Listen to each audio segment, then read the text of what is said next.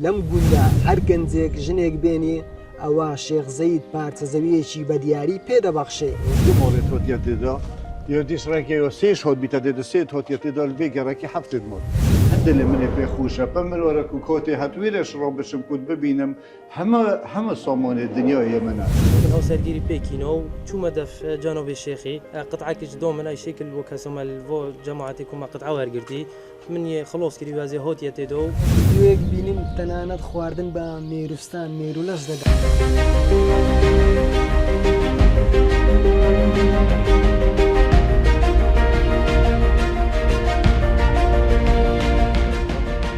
کاتتان باش بینەرانی پایتەخت میدیا لە گوندی دولیجانی گەورەینا لە سنووری قەزای بەردەڕەش. گوندی دولیجان ناوێکی دیارە لە هەرێمی کوردستان. چی وای کردووە ئەم گوندە ناوناوبانجی بڕوە ئەوەش بەهۆی بوونی کەسایەتیەکی دیاری هەرێمی کوردستان و عێراقاویش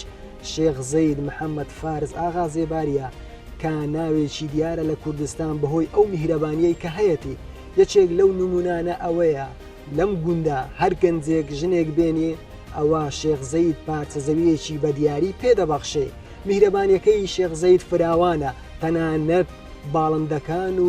حیوانەتەکانیشی گرتۆدەوە بگرە مێرولەش ئەوان بێبەشیان ناکە لە خواردنن. دەمانەوێت لە نزیکەوە شێخ زەید ببینین و بیناسین لەگەڵمان بن.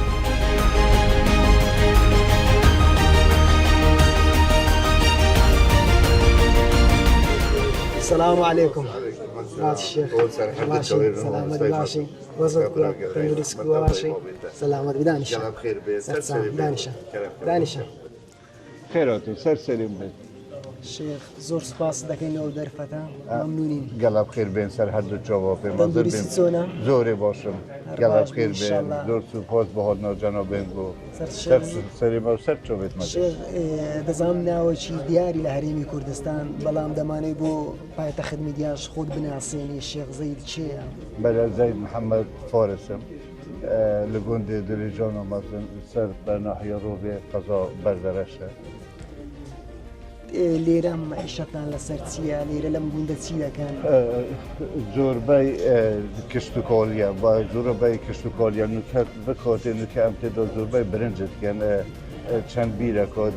دێگەرن و دێگەرێ بەخۆگەرن ڕەنگە هەتا هزار دوونە ما گوندەدا لە دەوروبەرە بگرن و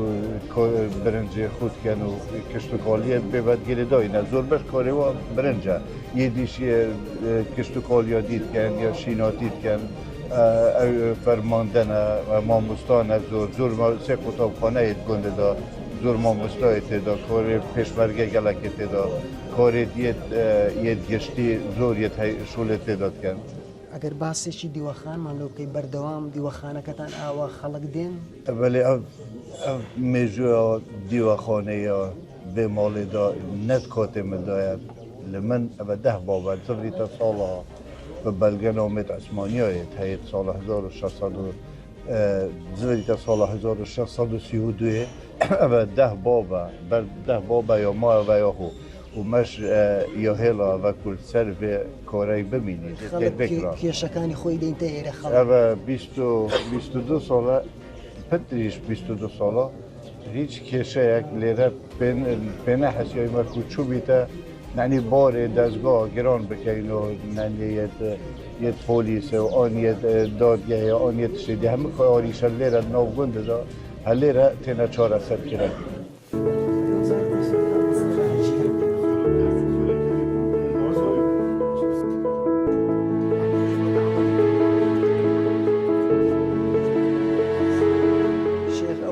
کتێبخانەی کە باسی دەکەن ئەمەیە ژوورێکی زۆر جوان و ڕازاوی ئەگەر باسێکمان بۆ بکەیەوە بەێ ئەو پەرتوخانەیە ئەک لە پەرتوخۆنی گەلەکێت کەم زەوریتە ساڵە 1936 وەختێ دانەرێ بێ پەرتوخانەی بۆ بمە بێ محمەدی فارسە لە گرنگیە بێ پەرتوخانێت زەوریتە وەک هاتیوەکی گەوەری مەگوتەی زۆرێ کەون و پەرتوکێت گەلک یەتکەم دێتێدا و زۆربەی لەوە چاپێت کەونن زۆر پەرتوکێت کوردی وەرگیریتەوە زمانی کوردی زمانی عەرەبی زمانی فارسی زمانی تورکی زمانی عوسمانی زمانی ئینگلیزی زمانی فەرەنسی ئیتالیە زۆربەی وڵاتی جیهانی ڤەرگریتەوە. ئەگەر یەکێک لەو کتابە دەگمانانە ئەگەر پیشانمان بی بۆ نمونە یا خوێندنا مەدرسە یا سەفا پێنج سەرەتایی یا ساڵە 1938 ئەوە یەکێکە لە دەگمانەکان بەرە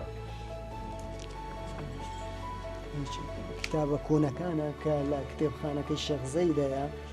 و چەندەهان کتێبی تری دەگمەنی تێدایە کە تا ئێستا ماونەتە و مێژوەکەی زۆر باسێکی خێزانیش بکەم شێخزەید خێزاندارە و چەند منداڵی هەیە و چەند برا خوشتی ئەگەر باسکەی بەێ من ئەس خێزاندارم سێ کوڕ و سێکیش سێ کوڕ و پێنج کیش منێت هەی و پێنج خوشک منێت هەی و ئەم چۆر برایە برای مە مەسترێت چوو بە دلوانی خودێ ڕحمەتی دۆسن و ئەم سێ برای دیێت ئەمێت مایەوە لێرە و دایکت من دوێت مۆ ئێکی چوە بەردلوانی خود بۆ بمەچی چوە بەردلوانی خودی بەڵیان خۆشبی ئینشاءڵڵا یانە پەیوەندیت باشە لەگەڵ هەمویان هەموو لێرەنە دێ هەمەیت لێرە بە برازا و بەلا و برا و ئەم هەمەیت لێرە و پێشبەژیانەکە و گەلەکە خۆش براتیەکە و گەلەکە یا پەیتە یا خۆشە مۆبین ئەمەدا ژیانەکە و گەلەکە شێخزەید پەیوەندی لەگەڵ خەڵک زۆر باشە ینی ئەمە وا دەکات لەگەڵ کەسە نزیەکانی خۆی هەر پەیوەندێکی زۆر پتەویان هەبێ وایە هەمە یەک دەستە بۆ نمونە 2200 کەس تێداژین هەمە یەک دەستە کە تو پێک بەرجی و یەک ماڵە هەمە ئێک ماڵە هەمە گەلێک ڕاتوەسن بە براتی بە خزماتی بە دلوانی نەبەسەر گوندە هەدەڤەر هەمە چۆن ئەم ژیانە سادەیەت هەڵبژاردووە ژیانە من هەر دەستپێکی هەر ئەvە بیە ژیانە من بڵا دیوەخان زۆرە سادە بیت بڵا ژیانە من زۆرە سادە بیت بڵا گەلەکە سادە بیت بەڵام کو ئەس ببینە بەرامەری من گەلک جێویە خۆشە و ژیانەویە خۆشە و دلێویە فرایە یێ دل خۆشە بۆ من مەسترین هەمە سامانێ دنیای هەمیە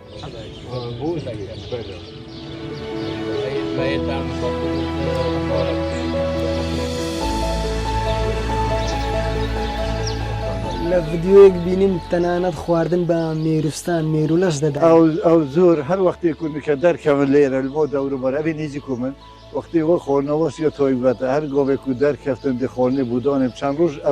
ئەوێت وەختێک و هێلکۆ تشە کێش ئەوێ هێلکێت خۆتی نەدەرێت چەند ڕۆژەکۆ تێ نەدەر ڕۆژانە خۆرنەوە ئەس بوداتنێ تۆسێت لێرە هەی چین و مۆچینێت هەی کێشکەنە کۆختینە دیڤەرکە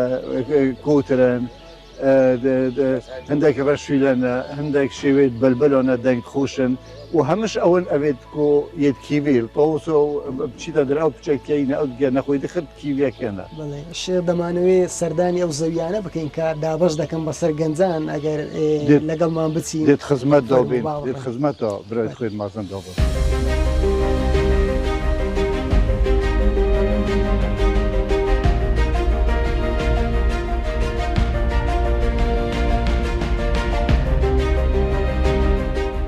یەکێکە لەو کۆلانەیەنەی کە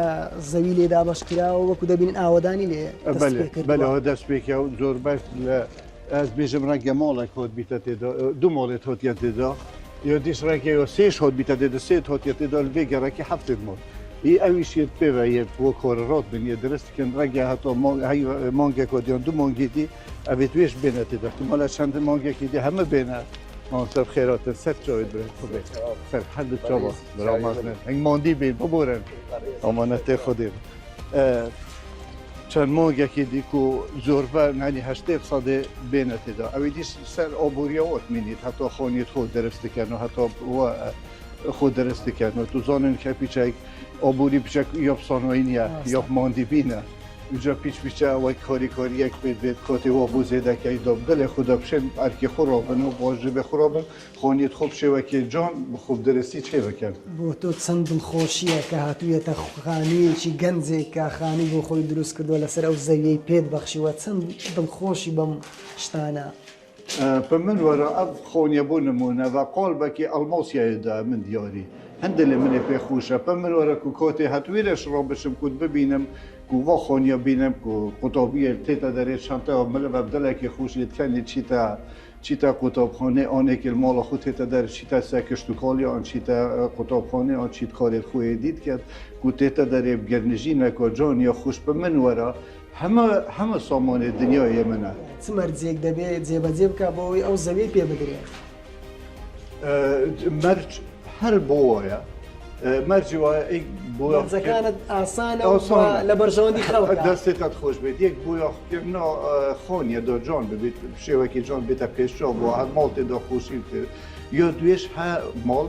دو دارا یا سه دارا دچینید و اویش حرکتی او هر کیش منه کی دیگه خماخو دارا بو بگره که نه بس بو بگره که بو گره که سلوی دا بو 185 مالا جارا کدی نه بس 145 مالا گره که من اول کی دیگه خماخو او دارا ده بو دوبین کم بو هنر داراش از دی بو اینم بو بچینن و بو ارک رابن دارش من مید اخس یا امدید به رابن بو ارک رابن مرش بس بو يحكرنات دمايا گلوپیش او بین هل سدیواری خواهم در گلوپیت های رنگی وای ببیا یه زرق یه خوشه ببیا یعنی یه راحته السدیواری خواهی گلوپا که دونید برونایا گرکی مرد زکان دیگ لوان رونایی هر لبرجوان دیوانه و داریش هر بو برجوان دیوانه و سوقکش بود زوانی گرکی کامله شو بو جانی او گرکت او نتیدا هر گرک کو بیت دانان نوکی باهاتی دانان گرک سر النک کتابخانه هبی لیر نو هدایا با سوارا لیک داد الگردپان شش دامره او بس کیجه که آبا البته دا نوه هدا سامیه او گرک سرک و گشتی اولی هات او نوه سه نوه ما شکلی اگر پیش نیاریان کرناوی تو بنوسن لگره که من به خوشه کو نوه مت دا نبید دید یعنی بونمون کارکی جانتر بی نوه تو دا بید نکم به گرکی مقاوله بکه اینه گرک آشیان اواش شسته یک مال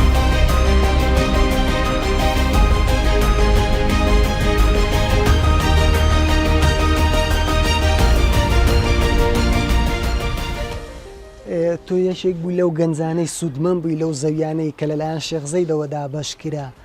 پێمان بڵێت چۆن بوو ئەو زەویانە دووەرگرت بله از 2004 سال 2004 از میسل بوم از اصلی خو عربم از 2004 میسل بوم از صد میر حادثه بوم چه بو یا عائلی دوی کو بوین من هات نشهید کردن 2004 از صد ملیره دف خوشکو خوبم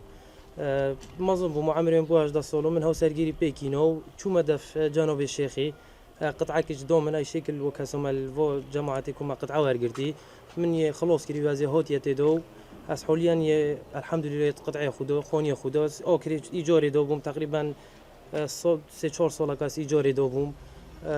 هود مدف جناب الشيخي قلق ممنون الشيخينا وهم همي نبس اس يعني كردي تدو عربي تدو غورانه هم قوم يعني دف شيخي چه فرق وجداهين هنا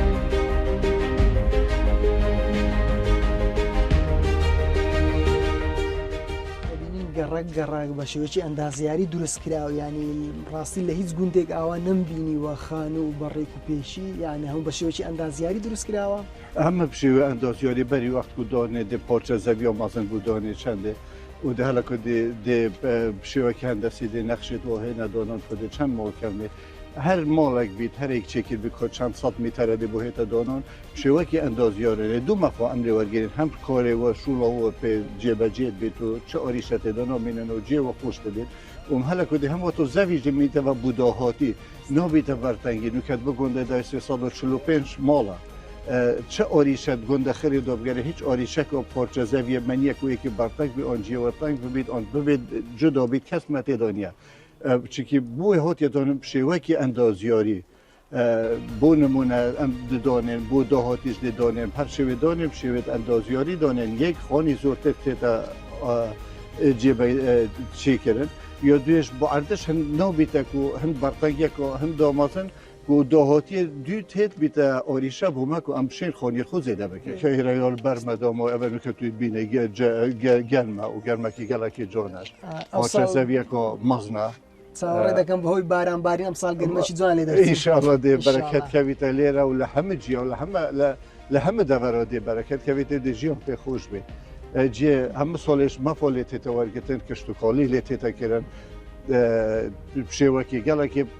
جۆن لێ تێدەکردن مافۆیت باشیت لێ تێنە وەرگتن بەڵام دوو منوکە دوو مافۆ تێتە وەرگتن یەک کشت و کۆلە هەر وەختی پێتە بیا بخۆنی دێتە دۆنۆن هەڵە گوتی ئەو مەفۆ لە هەمە مەفۆ